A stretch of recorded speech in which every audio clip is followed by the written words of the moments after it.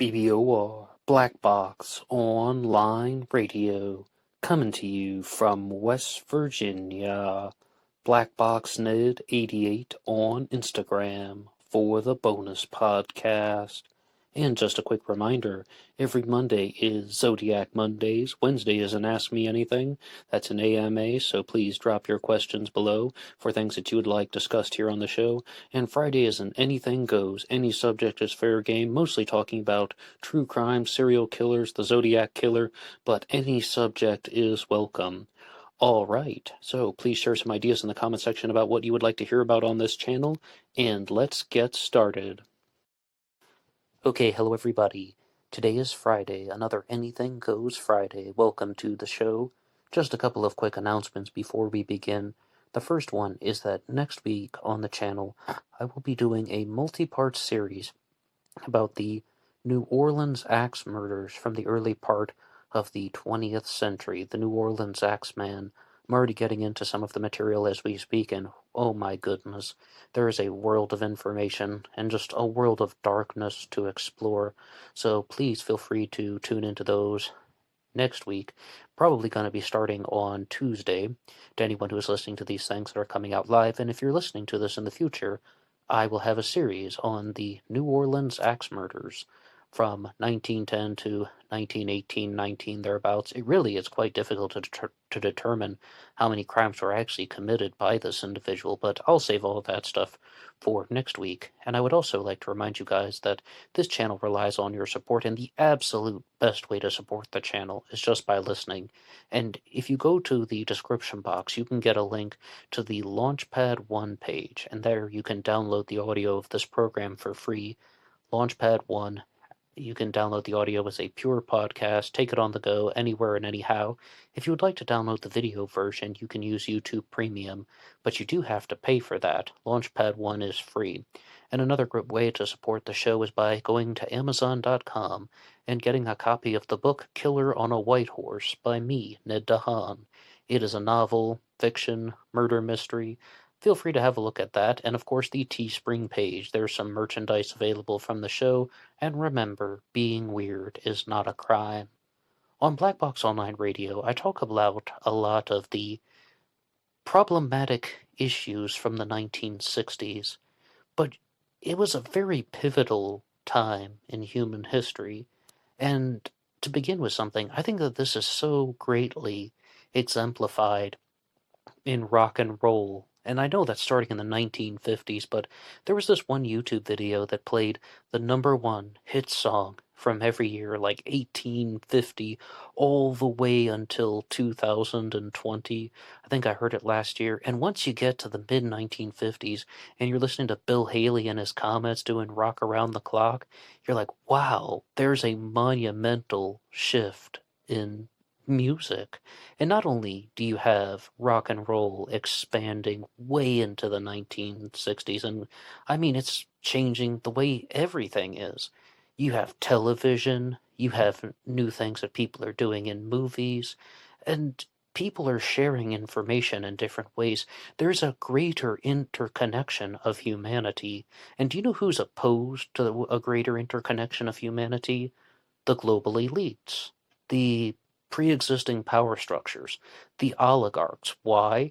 Because if humanity becomes more interconnected, then there's a chance that they will become stronger than the oligarchs themselves. If the oligarchs keep everybody divided, then they're going to be easier to control. It's easier to control the masses. Maybe you've heard something about how wars are started to pit one side against the other.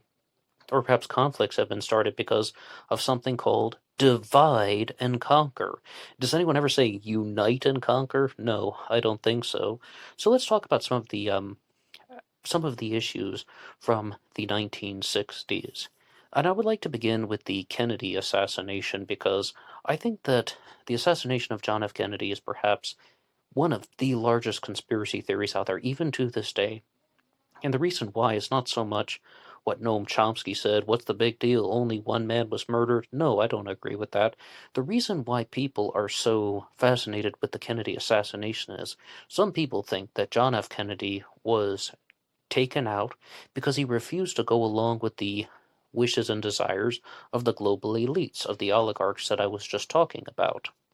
And John F. Kennedy gets really pulled into these conspiracy theory motives because of something called Operation Northwoods. And I'm going to be citing an article from David Roop from ABC News here that just gives the absolute biggest nutshell version of Operation Northwoods. The U.S. military wanted to provoke a war with Cuba, and to do that, they were going to stage false flag terror operations. So let's just have a read. In the early 1960s, America's top military leaders reportedly drafted plans to kill innocent people and commit acts of terrorism in U.S. cities to create public support for a war against Cuba.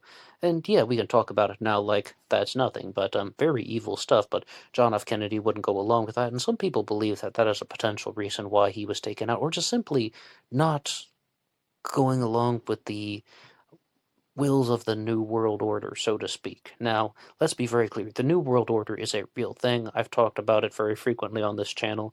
It's about how there is this mechanism that allows oligarchy to propagate. That's what I call the New World Order. Maybe some people and some other things add in some additional elements, but I don't really like the whole idea of like there's this cabal of people running the world. We don't need to think about the people. We need to think about the system, the mechanism, how it's happening, not who is doing it, because who doesn't matter. They're going to be dead in 100 years anyway. It's how this thing has been going on for the longest part of time.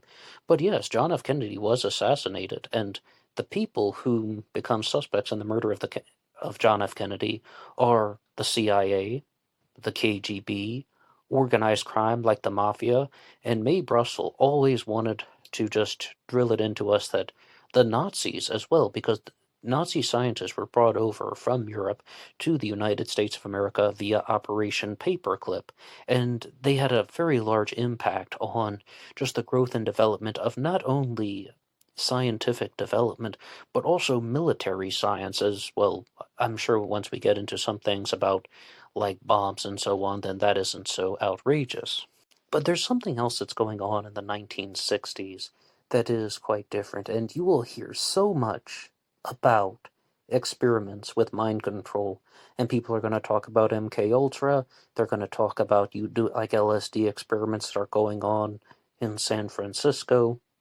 But I would like to focus on one thing about the Unabomber Ted Kaczynski, who would go on to become one of America's most infamous serial killers. And I was reading the book Unabomber: A Desire to Kill by Robert Graysmith. It actually states that at the time of the publication of that book, that the manhunt for the Unabomber was the most expensive manhunt in the entire history of the United States of America. Now, I'm going to play a clip from HLN, and they are going to talk about some different types of mind control experiments, and let's just have a listen. Ted Kaczynski was accepted to Harvard University at the age of 16, full scholarship. His family thought... Wait, I have to interject right there. As far as I understand, Harvard meets 100% of the tuition needs, the academic tuition needs for students. So I'm not really impressed by that. Sorry. Let's get back to the clip. This was going to be the beginning of a great future. When Ted arrives at college, it's nothing like what he had dreamed of and hoped for, because he felt isolated, he felt different, he felt rejected at every turn. Ted basically became a guinea pig in an ethically dubious psychological experiment conducted by Dr. Henry Murray. They gave a kind of psychological test to incoming freshmen. They selected the people they thought were the most alienated, in effect, the most vulnerable for this study to kind of determine what their breaking point might be. Henry Murray was using students to study the effect of stress. He did that by subjecting them to long periods of intense interrogation designed to break down their egos, to break down their confidence. From the time I was a child, I had this realization that my brother was special. The bomb was placed inside of a book. 16 bombs in 17 years. I asked Mom, why is he like this? And that was a clip from How It Really Happened on the network HLN. And they're talking about a variant of a mind control experiment. And as I understand, this is very frequently cited as a CIA experiment, but I've interviewed Mark Hewitt, who is the author of the Hunted trilogy, especially the book Exposed, which talks a lot about Ted Kaczynski, and I've also read the writings of Douglas Oswell. If these guys can correct me if I misstate anything, but it's not proven that it was the CIA. It's possible that it was, but it was a remnant of the OSS.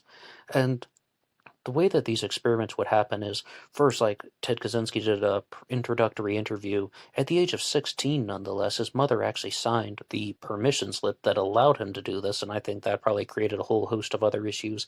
So he does his introductory interview, and then he's like wearing this type of neurocranial transmitter. He's hooked up to a bunch of machines, and these students who are trained in legal studies interrogate him. They challenge all of his belief systems, everything that he shared in that introductory interview, everything that he thinks is good. And it's not even just about being alienated.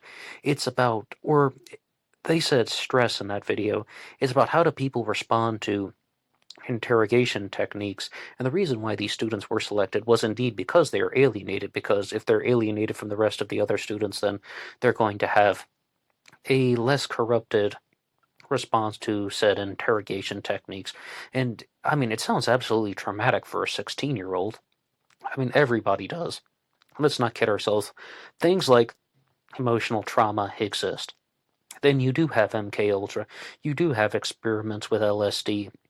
You do have Dr. Jolly West working at the Haight-Ashbury Clinic. And you're going to hear so much about this in books like Tom O'Neill's Chaos. You're going to hear about the possibilities that Charles Manson may have even been a subject that was involved in these trials, although that is a little bit more ambiguous, and I'll say a lot about Charles Manson later on. But psychological warfare is very much connected, and there's this theory out there that the United States of America was in a space race with the Soviet Union, but they were also in a race to see who could create the most advanced psychological warfare. That really is me toning down a lot of the rhetoric. But one thing we should not turn a blind eye to is the CIA does experiment with mind control. They do these experiments on people to see how they respond to emotional and mental abuse because they want to push humanity to their breaking point.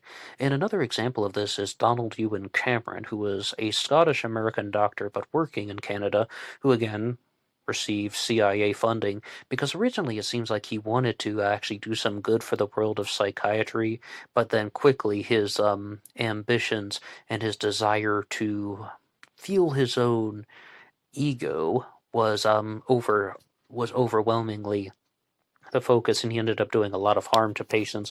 This would lead to things like having people take large doses of LSD and listening to audio recordings on repeat to the point where their mental states were very, very severely damaged. So mind control experiments definitely were something that happened to unsuspecting people, happened to people in very vulnerable places. And while that isn't a justification for any of the actions of somebody like Ted Kaczynski, or even somebody like Charles Manson, we do recognize how these things contribute to their mental dysfunctions. I mean, but no matter what, they had the conscious choices.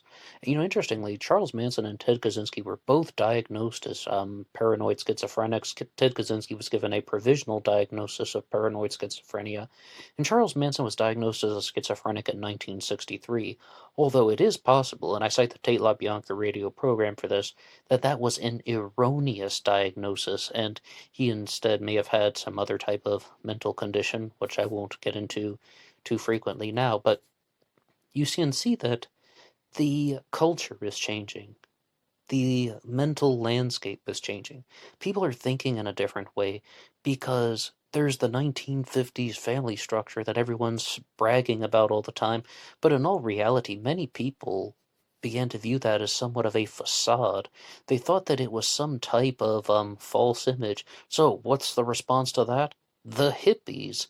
The hippies come into popularity into the mainstream, and they were viewed as a group that was so large and so influential that the existing power structures saw them as a threat. Now, I would like to cite the Venetian Conspiracy by Webster Tarpley when he says that if you control how people think, you control everything. And in that presentation, they talk all about how governments put out publications to influence how people think. They put out publications to affect modern culture, and it's something that isn't talked about too frequently, but I really wish that this was emphasized much more often, that when you watch something on television or movies or even literature, certain people can be supported financially by the government. They can be supported by some type of pro-CIA entity, or the fact that the CIA does this, period. Certain writers are sponsored by the CIA, and I think it's becoming somewhat more common knowledge these days, but they really wanted to show that via that presentation from Tarpley that this has been going on for centuries. I mean, this is something that happens. The elites, the existing power structures try to control how people think. But if there's a movement like the hippies, then people are beginning to think in a different way. Plus, as we said, all those technological innovations, plus music and film, are all just changing modern culture. So you can also see that there are responses to the hippie movement. And that firstly, you have the slippies, people who are going to slip under the cover of being hippies. This will go into some example of this would be the Manson family. They refer to themselves as that. And then there were people who just absolutely despised the hippies because they thought that they were selfish. They thought they were fake. They thought that they were not sincere. You see these people walking around with peace, love, and joy on their buttons and on their placards. And they were like, this is an absolute joke. These people only care about their own material selfishness. And a response to that in 1966 was the rise of Anton LaVey and the Church of Satan, which doesn't actually seem to be too much about worshiping the devil or anything. There are some tenets to the Church of Satanism, like only share your opinion if you know that it's welcome, and so on, which it seems more like worshipping the human ego rather than worshipping the actual devil itself, although some people think those are one and the same. Those marvelous work and wonder types that I talk about from time to time, they would say that the devil is the human ego and so on. But there are movements like that, the counterculture to the counterculture. And the Church of Satan may not have been super powerful, but when people do cross paths with Anton LaVey and that type of movement, they get branded with that label for life. Now, there is another theory about this whole image of the hippies in the 1960s, and that does finally get us to Charles Manson and the Tate LaBianca murders happening in August of 1969. You may have heard this in some documentary or movie or a book about Charles Manson, that the 1960s ended on August 9th, 1969 because of the activities of the Manson family. Talking about the Tate LaBianca murders, Charles Manson's Helter Skelter, and I guess you could say that this is coming somewhat from possibly connecting Charles Manson to these quote-unquote LSD experiments that he is experiencing with Dr. Jolly West and so on. That's theoretical, though, hardly proven. But what I do think is we have a lot more evidence of is the mainstream media is trying to create this image of how sex, drugs, and rock and roll are destroying humanity. If you listen to rock music, and if you have sex, and if you do drugs, you're going to end up being a psychopathic murderer. Not only like Charles Manson, I mean, what about somebody like Tex Watson, or Susan Atkins, or Patricia Krenwinkel, or Leslie Van Houten, or any of the other members of the Manson family, especially somebody like Bruce Davis off in the shadows. So if you live that lifestyle, it will destroy you. But as I said, the Manson family used the term slippy. They would slip under the cover of being a hippie. I think that there's also something we need to bear in mind, and that is that Charles Manson wasn't just a babbling fool. He was someone who had been exposed to a lot of Scientology. And this is from L. Ron Hubbard, right? Now, L. Ron Hubbard, I learned about this from somebody just in a classroom once. One of my classmates was just telling me the story of how Scientology was created, and she was like, "Yeah, there's this guy named like L. Ronald something something, and he came up with this idea that was like an experiment. He wanted to start a new religion of saying all these wacky things just to see how far people would go with it." Just to see how far would people take this new idea and religion and such. And I don't hear people talking too much about some of the more extreme aspects of Scientology, like there's this Lord Xenu who is just in a cave somewhere on Earth and that the universe is 75 million years old. Well, maybe it's Lord Xenu is 75 million years old. I mean, I don't even remember all the specifics. But I do remember that line very clearly about how she's saying that L. Ron Hubbard came up with this just to see how far people would take the idea. And that, again, ties into mental boundaries and trying to push the limits, testing the limits of psychological warfare. And yes, I mean, that's an example of it in a rather benign case. A rather extreme case would be what Ted Kaczynski was experiencing at Harvard, nonetheless, wonderful Harvard. But with Scientology, he was really on the rise in the 1960s. Tex Watson even included this in his book, Will You Die For Me, which I have an episode about here on this channel, and I would always invite you guys to like and subscribe.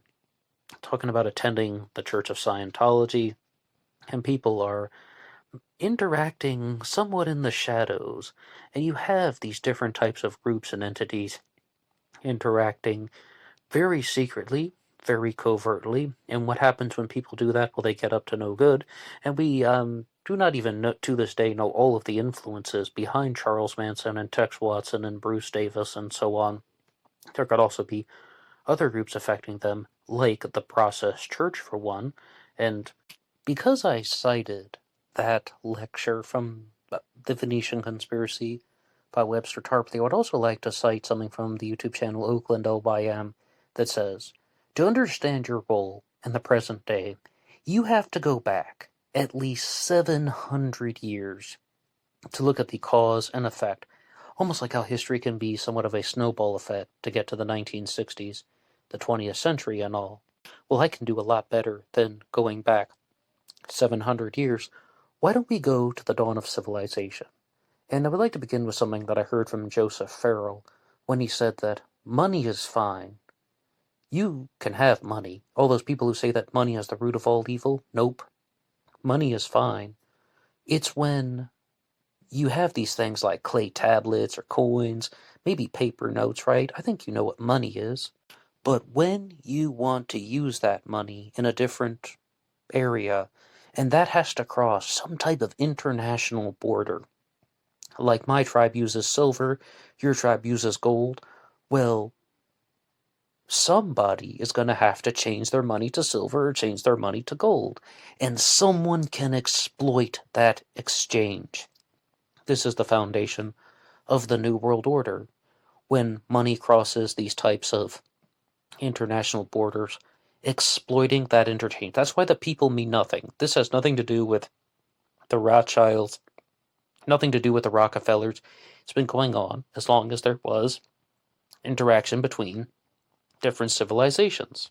So as civilization began to progress, you have a lot of people from the Middle East, Mesopotamia, but even down to the Fertile Crescent. I mean, talking about the Mediterranean region, you notice the word Phoenician might come up. They migrate westward into Greece and then eventually to present-day Italy. Now, the word Phoenician sounds a lot like the word Venetian. It's the origin, right? So there are two empires that happened at the time. Rome was an empire of territory, but Venice was the empire of financial and economic control. Financial meaning like the numbers and so on, economic talking about how it affects the people and all of the social surroundings. Rome fell in 476 AD in the West, and then, what was it? Much later, I really don't want to mess this up. 1453 is the fall of Constantinople, right? Well, I digress from that. So, then, you have Venice, right? Venice never fell. It existed to this day. Exists to this day, our present day. The Empire of Venice. However, the central focus of Venice is no longer the swamp on the Adriatic Sea that it is, and this, again, citing the Venetian conspiracy, it migrated toward the United Kingdom. Now, the people who ran this quote-unquote empire, the system, we should say, was heavily revolved around banking. This is even exemplified in William Shakespeare's The Merchant of Venice, talking all about Shylock the banker, right? Okay, well, there's even this one story that many places in Italy were very, very strong in the art of banking, and that the British crown even took out an enormous loan from the banks of Lombardy and Italy, and all the royal sheep were put up as collateral. So over the centuries, the empire migrated to the United Kingdom, and the financial controls behind the economic and financial empire that we have, the financial controls behind the British Empire are still in place to this very day. And some people even theorize that the United States Revolution, like the American Revolution against the British, that was, once again, just about territory. The same financial and economic exchanges happened. Did the United States completely erase all interactions with Great Britain and the British Empire and the United Kingdom forever? No, I don't think so. There are all sorts of interactions that happened in 250 years since the American independence. So I think you can get the idea that these financial and economic connections have never gone away, and they've been going on since the dawn of civilization. They've just expanded in different ways, and the central hub and the central focus of all this can be, geographically centered in a particular area, but it's not even about the place. It's not about the who. It's not about the where.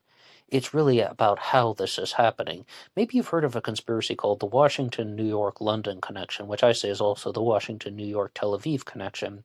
And that shows us that Washington is the White House, right?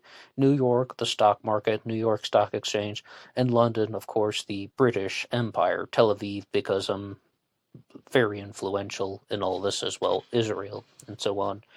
I think that is not widely disputed, but sometimes people call the New World Order the Anglo-American Alliance, or you will find all types of conspiracy theories about what the New World Order is. Like, you ever hear them talk about neocons on the news, like neoconservatism and such? Some people think that the New World Order is just neocons. People have all kinds of theories. I said very clearly what I thought it was, the mechanism that allows oligarchy to propagate. Well, this is going up until 1960 something, right? And if you control how people think, you can control everything. Well, what is one way to gain control of the way that people are thinking in the 1960s? How about hijacking the existing movements and then shifting it toward the desired outcome? We just said that the image of sex, drugs, and rock and roll is cool. Okay, let's throw in Charles Manson and create this image of terror, and no matter what, it's going to affect the way that people are thinking. And the city of San Francisco is going to be the haven of the hippie peace, love, and joy movements. All right, well, let's have the Zodiac Killer there. Now, is the Zodiac Killer actually a CIA operation?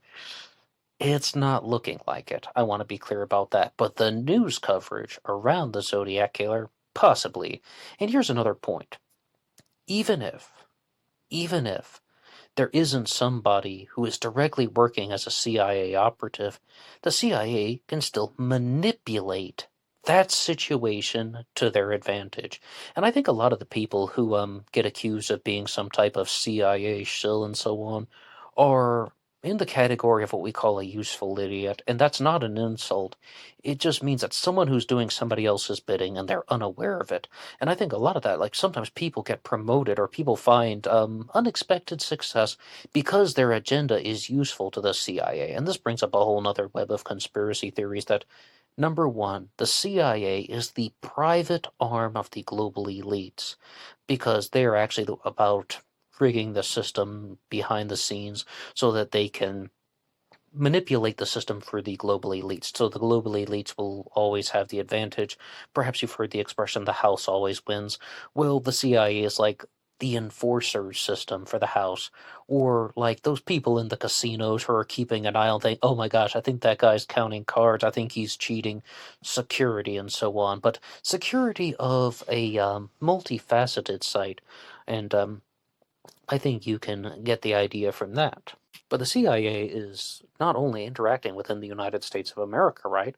Well, no, of course not. They're interacting all over the world. What about Iran? I mean, Mohammed Mossadegh and all that, let alone the activities that they're going to be doing in Central America and South America during the 1980s. I mean, the CIA is very, very global. That's the whole point. Well, the Soviet Union had the KGB, and as we already said, the KGB becomes a suspect in the assassination of John F. Kennedy. So the KGB is also doing very similar things. Vladimir Putin, ex-KGB, right? So I just cannot downplay how much of a conflict there is between the United States and the Soviet Union.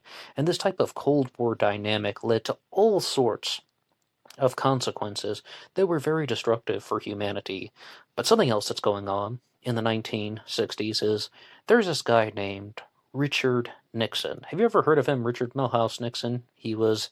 Oh, actually, the trivia about him is that he was the only person to serve 2 terms elected as vice president and 2 terms elected as president. Well, he didn't complete the final term, but he was elected twice on the vice presidential ticket for Dwight D. Eisenhower and twice on the presidential ticket, running with Spiro Agnew and Gerald Ford.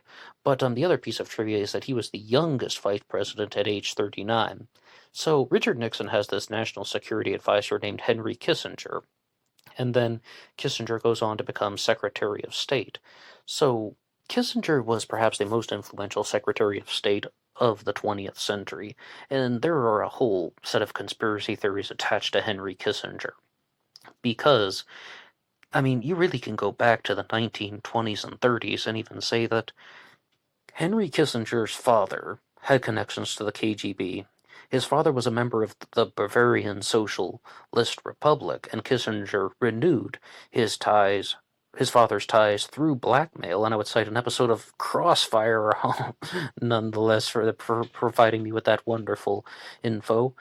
But then Henry Kissinger is also completely in favor of the British Empire. He was discovered at Harvard by Nelson Rockefeller because he had these policy ideas that were very beneficial to the quote-unquote elites, the oligarchs, and the establishment.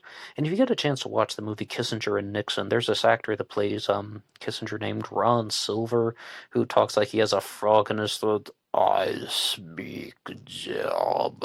I don't know how Henry Kissinger ever gave a public address. He has like such that voice. Oh my gosh. But I digress from that. Anyway, but there's this the actor that's playing Richard Nixon says Henry Kissinger may have been the smartest person who ever lived, and intelligent, yes, but using his intelligence to fuel the oligarchs because he joined into the oligarchy.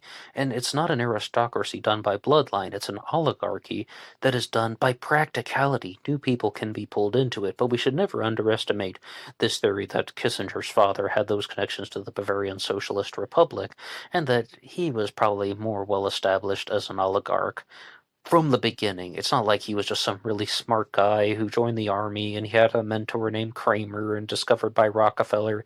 There were probably many reasons about why Kissinger was able to rise through the ranks of the political elites so quickly, nonetheless. But Kissinger and Nixon would go on to be viewed in a twofold way. On the one hand, people are like, Nixon is just this drunken nitwit who spoke in football metaphors all the time, and other people are like, he was a genius who got the presidency twice, and he commanded foreign policy from the White House via Kissinger. They were working together, particularly when Kissinger was National Security Advisor, and they understood how to manipulate the power dynamics of the contemporary era and in the late 1960s and so on. So the problem is that this would lay out the groundwork for all sorts of catastrophic issues, whether you have the destabilization of Chile and the overthrowing of Salvador Allende, or you have the manipulations with Kissinger and President Lopez Portillo of Mexico trying to control who he can talk to or not talk to, or making all types of diplomatic threats and so on. An interesting story about Kissinger comes from the former CIA operative John Stockwell, who was the highest-ranking CIA director to go public, or as Stockwell put it, many of them do go public, they just don't always tell the truth. And he said that at one meeting, Kissinger didn't get to sit in the chair that he wanted, so he turned his chair around and facing the wall, folded his arms, and just kind of sulked the entire meeting. And anytime someone asked him a question, he wouldn't answer it. He would just sit there in silence in a meeting that was determining the lives of thousands of people, talking about wartime activities. So the power dynamics got very, very muddled. And during the 1980s, you see all types of international calamities and catastrophes, and a lot of that is left over from the influence of Henry Kissinger. And even into the new millennium, it was theorized that Kissinger could have been the most powerful person in the world, and people do make somewhat of a compelling case for that, because after leaving the Nixon administration, there is the founding of Kissinger and Associates, his private consulting firm, which goes on to have a very large influence over foreign governments. And lastly, I would like to leave you guys with something that is super controversial. The other stuff isn't so bad, but it is that global warming is a hoax created by the British Empire in 1965. Is that really true? It's a little bit more arguable, but it's another example of hijacking an existing movement. I mean, the Manson family is a little bit more blatant. I think that, first, like, global warming, climate change, all of that stuff is very real, but affecting the culture around it, that stuff I'm much more curious about. I mean, let's not kid ourselves. There's something like an ozone layer, and yes, I mean, humans can contribute to climate change because of the rates of CO2. All right, I completely follow all that, but promoting this idea that, all right, I need to die for the Earth because that's what humans need to do. Humanity is bad. You even hear that stuff about Agent Smith and the Matrix and so on, saying that the only thing similar to a human is a virus.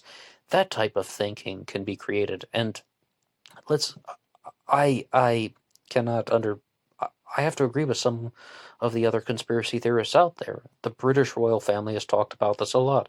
Prince Philip, the late Prince Philip, was very adamant that overpopulation was a very serious issue in the 1980s. He even said that if he could be reincarnated, he would want to come back as a deadly virus to decrease the population.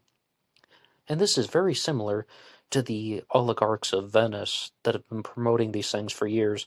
This whole thing about how the Earth is going to become in a state in which it cannot support the populations of humanity goes back to the late 1700s and the Italian writer Giovanni Giammaria Ortes, who talked about the carrying capacity, and he worked in the salons of Venice, and he created these ideas that were very beneficial to the global elites, because he's all about turning human beings into numbers. Anything can be turned into numbers, and it's rumored that Ortes even thought that the human body was just flesh, bone, tendon, and ligament.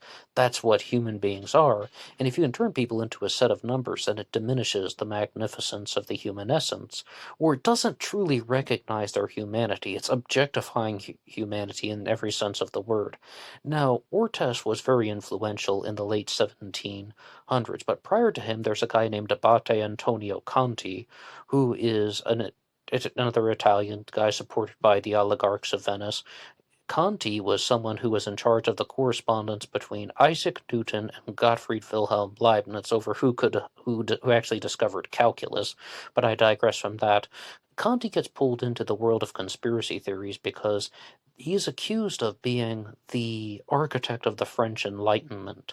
The entire thing to do with the French Enlightenment is that during the 1700s, the Age of Enlightenment was about what? Skepticism, science, greater understanding of human awareness? Well, not at first. It was supposed to be about metaphysics and divine love, particularly in the tradition of Gottfried Wilhelm Leibniz, optimism, the loving way. If the problem exists, then the solution must also exist. If something can be created in the mind, then it can also be created in the external world. And that people could put their ideas into motion to save humanity, to alleviate poverty, to have interconnection, things like home computers. But the global elites wouldn't want that, because if there is change, then they won't be in power anymore. So then that's why the Age of Enlightenment was hijacked, and they began supporting writers and thinkers who had this type of non-developmental way of thinking, particularly this whole idea of Jean-Jacques Rousseau about how man is in his most gentle state with nature and so on. That, well, I mean, the argument against that is that it's more in favor of somebody like Hobbes, who is pro-civilization, and this is why some people who are very much opposed to this whole idea of how, again, not that climate change and global warming are fake, but the cultural and publicized ideas around them that humans need to die for the earth, that this is something that it's a form of brainwashing. It really is. And I mean, so they say. I mean, I'm a little bit undecided on that because I think it always gets too extreme. However, there's a very interesting historical case that can be made for some people, like Conti, and the way that he is interacting with all of these different famous writers. Already said Jean-Jacques Rousseau, and then you have Isaac Newton in England. But in France, some of the other people from the Age of Enlightenment, how about Voltaire, de Montesquieu? There's this theory that Voltaire was completely opposed to Gottfried Wilhelm Leibniz, and this whole idea of how, okay, the foundation of economics is the idea, that's something from Leibniz, and that Leibniz has the loving way, he's all about optimism, and in Voltaire's Candide, it's actually making a mockery of Gottfried Wilhelm Leibniz, once again, supporting someone who is in favor of an agenda that is beneficial to the global elites. And then you get to somebody in the late 1700s like Giovanni Giammaria Ortes, who, this is a little bit rumored, and I read this on a blog that cited no sources. I'm being very clear about that, so I'm citing this whatever source that I read 5 years ago, about how Ortes was hired by the oligarchs of Venice to create the carrying capacity, that idea that human beings are going to get so big for the earth that the earth won't be able to support them, or there are going to be too many people that the earth can't support it, because of the United States Constitution, because that was the greatest example of freedom that was ever created. And they're like, whoa, if people get any wind of that, they're just going to, once again, overthrow the existing power structure.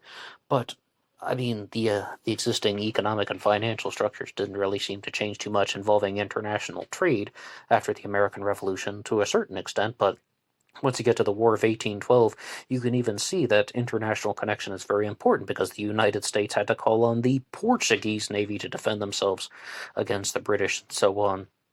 But I digress from that point. I think that the major idea with this is the concept of oligarchy has been around since the dawn of time. 1960s, 1760s, it's the same issue.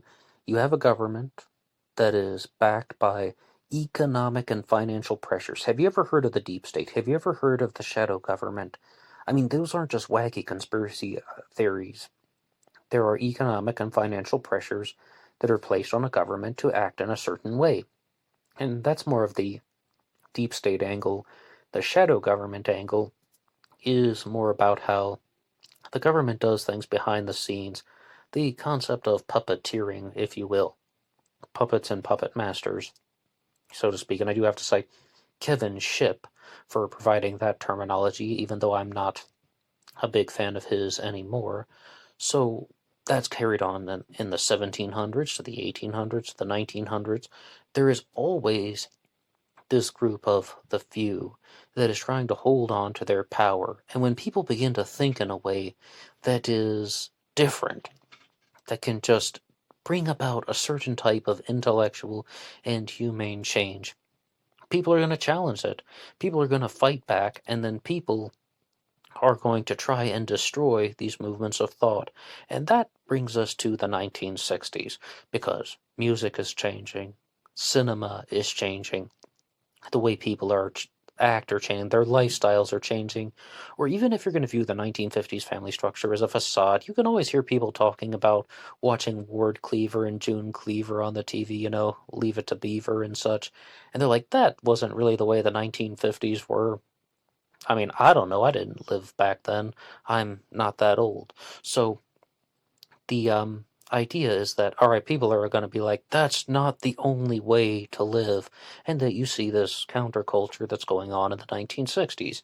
How do you destroy that? By manipulating public perceptions to get a desired outcome, let alone a host of other things, like experimenting with psychological warfare, like having this type of experimentation going on with Dr. Jolly West, with Haight-Ashbury, experiments with LSD, and even some of the things that we talked about with Ted Kaczynski. And I mean, this can carry on well throughout, multiple decades. Being clear about that, there are the micro and the macro level forms of experimentation. Micro level would be something like the Kaczynski experiments or the LSD trials. The macro experiments would be something more like putting things out on the evening news to affect the way that people think. And I've told the story once before on the channel, but I'll say it again anyway because I think that it's very relevant. When I was at the bar once, this one guy was mouthing off about politics a lot and talking about all these problems in the world. And he was from Ironton, Ohio, nonetheless, right on the border of the great state of West Virginia, but still Ohio all the same. And I asked him, like, okay, you're saying that there are all these problems in the world. What do we do about it? And his response was, the revolution of consciousness is greater than the revolution of military force. Once you get people to think in a different way, then you've truly accomplished something. And the example that he cited was Mahatma Gandhi, the way that Gandhi acted in India against the British Empire. Maybe you've heard Deepak Chopra even talk about this. Mahatma Gandhi overthrew the British Empire without firing a single shot. And no, I didn't do the Deepak Chopra voice, but I can. I'm just not going to do it right now. Okay, Mahatma Gandhi, right? And I know that Gandhi's a controversial figure. I'll talk about that later. But Gandhi becomes a very big influence on Martin Luther King Jr., Kennedy assassinated, MLK assassinated, Malcolm X assassinated. There's a theory out there that they were all assassinated by the CIA on Dali Day, nonetheless, named for Salvador Dali, surrealist art and so on. Divide the 12-month calendar drive the calendars into months of 28 days, and then the days left over is like Dali Day, and the CIA commits these crimes and then blames it on somebody else. I'm open to that, and I mean that in all sincerity. I wouldn't dismiss that completely, because I think the CIA is very nasty and very evil and very wicked. My family member once asked me, someone in my family asked me this, they're like, would you ever join the CIA? Like, would you ever want to work with them? And I said, no, they kill people. Long story short, I mean, like, of course I don't want to work for the CIA, let alone stuff like mind control experiments on the population to do things that benefit the oligarchs. I don't want any part of that at all. I was talking about this with somebody online once. Some guy from Russia just wrote me out of the blue once on one of those cultural exchange websites. He's like, hey, your name's Ned. What do we do about world peace? Like, what's your plan for world peace? And I was thinking of Gandhi, right? And I was like, you must be the change you wish to see in the world. I mean, even though allegedly Gandhi didn't actually say that. And his response to me was, you are naive. You need to join the existing political movement and use it to your advantage to gain world peace. And at the time, I thought that he meant, okay, you need to run for president and you need to put your plan for world peace into action. And I thought that was so utterly ridiculous. But I was talking about it with somebody else once about this conversation that I had with some random guy from Russia. I don't even know his name. And the response that I got was, he's talking about this guy named Antonio Gramsci.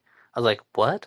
Yeah, that guy from Russia, that type of thinking, it comes from an Italian philosopher named Antonio Gramsci. I was like, well, what do you mean? It's not so much about, okay, you need to run for president and put your plan for world peace into action. It's about challenging the existing political dynamic. It's about challenging the existing power structure. Instead of saying, okay, I'm going to join the Republicans or I'm going to join the Democrats, you need to convince the entirety of the population that do we really need Republicans or Democrats? Or to answer the question, we don't need Republicans and Democrats, we need something else. Ah, now we're back to the revolution of consciousness. Now we're back to the 1960s.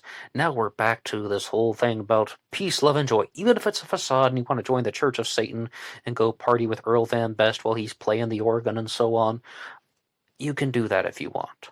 But it was very popular. The hippies were popular. People were thinking in a different way. And what are the ways to destroy that? Media perceptions, publications, Vietnam. I mean, all types of activities going on in Vietnam. John Stockwell, the former CIA operative that I cited, said very clearly that if you write a dissertation on the Vietnam War, at least 12 sources that you cite are going to be CIA fraudulent plants that are just going to be sharing disinfo from the CIA so that they can cover up activities that were actually done in Vietnam, Laos, and Cambodia. Very evil stuff. But getting people to think in a different way is the power. And it's not just knowledge is power. What did like G.I. Joe always say? Knowing is half the battle. And I was like, I asked somebody once that back in college, what's the other half of the battle? He's like, I don't know. I guess the other half is action, sharing, convincing other people, something, standing up to tyranny. And I'll leave you guys with one thing, one final thing. And that is that I did an episode once on William Cooper and the concept of tyranny here on this channel. And William Cooper is the author of Behold a Pale Horse and the host of the show The Hour of Our Time, The Hour of the Time. They made a documentary about him called The Hour of Our Time. And he said that the problem with the American people is they have accepted the concept of tyranny, that tyrannical things happen. Like this overpowering force of injustice. It happens in the world, and people just accept it. Or maybe they see it on the evening news, and then they just turn a blind eye to it 5 minutes later. Oh, that's too bad. Oh, there was that comedian on Comedy Central. I just saw the commercial. I just heard him tell one joke. It was promoted by Trevor Noah, but he was a different comedian. He said something like that about how our emotions are all out of whack. Like when you're about to drop your cell phone, you're like, oh no, oh my God, I almost dropped my cell phone. But when you see a car coming toward you and you almost get into a car accident, you're like, oh no. Like our priorities are all out of whack and so on. I think that's what William Cooper is talking about. Yeah, tyranny, the CIA, destroying people. ABC News is talking about, oh yeah, by the way, they were going to kill innocent civilians and blame it on the Cubans to start a war based on a false flag. Okay, whatever. Now let's see what's in the next article and so on. I mean, it's just blended in there with all the others. Or how about this? The OSS and the CIA are doing mind control experiments on people. Yeah, okay, but those guys were messed up to begin with or something. How much is acceptable and so on. And I guess the absolute final thing is, I don't believe any of these CIA angles in the Zodiac Killer mystery because I just don't think that the crimes were executed that well enough. It almost seems like some very rough and amateurish killing. Definitely not any type of professional hitmen involved. The media coverage around the CIA, particularly with a certain guy named Paul Avery, is very questionable. But thank you for listening to this. This was supposed to be a short episode, and I know a lot of this material has been shared in other episodes, but I wanted to put everything together because I think that, well, that's what it's all about. It's all about coming together. It's all about this type of thinking that's been going on for 300 years. It's going on for 3,000 years and beyond. I mean, how old is civilization? 12,000 years, going back to those remains they found in Turkey. Oh my gosh, I just can't stop talking to you guys. I love you guys so much. But they actually think that civilization now might be 100,000 years old, going all the way back to South Africa. I mean, it's possible there remains of 100,000-year-old civilizations there. We should do this more often. We should do more rambling episodes like this that start out, focused. I wanted to talk about psychological experimentation, and I wanted to talk about Operation Northwoods. But anyway, there's going to be a series on the New Orleans Axeman coming out next week to anybody who's listening to these live. And you can always subscribe, visit the Teespring page, Amazon.com. Thank you so much for listening to this full episode. And, oh yeah, I was trying this new energy drink called G something. G Fuel. I guess it really hyped me up and so on. But I talk about this stuff frequently. I've mentioned in some other episodes, the May Brussels episodes, the Empire of Venice, the theory of the Black Phoenicians, because I want to talk about it frequently, because I think it's important, and I think it needs to be reemphasized from time to time. And I don't know everything about history, but I want to know more. And I mean, we could do a whole another hour just on those elements of history. On the good side, we talked about the bad side of history. There's another theory out there that all right, we have the Greeks and the Romans, right? And there's this guy named Polybius. Polybius becomes very influential in the United States of America because John Adams was underrated in his founding of the United States and the U.S. Constitution. James Madison is referred to as the father of the U.S. Constitution, but he used the Massachusetts state constitution as a model for it. And John Adams was very into Machiavelli, and Machiavelli was very into Polybius, and John Adams was into Machiavelli's interpretation of Polybius about the balances of power, the system of checks and balances, and how there shouldn't be too much power in one place. And this Polybian ideal has been carried on first to continental Europe throughout the millennia, and then all the way to the New World via John Adams. Alexander Hamilton was also thought to have been a very strong believer in Machiavelli. And when I put up that image about the dark triad traits in Machiavellianism, somebody once told me again, some unsavory character from the Lyndon LaRouche movement, I won't even say his name, because he doesn't deserve it. And no, not Lyndon LaRouche himself, I never met him. One of their age was like, I had a conversation with him and he said these exact words, a postscript about Machiavelli.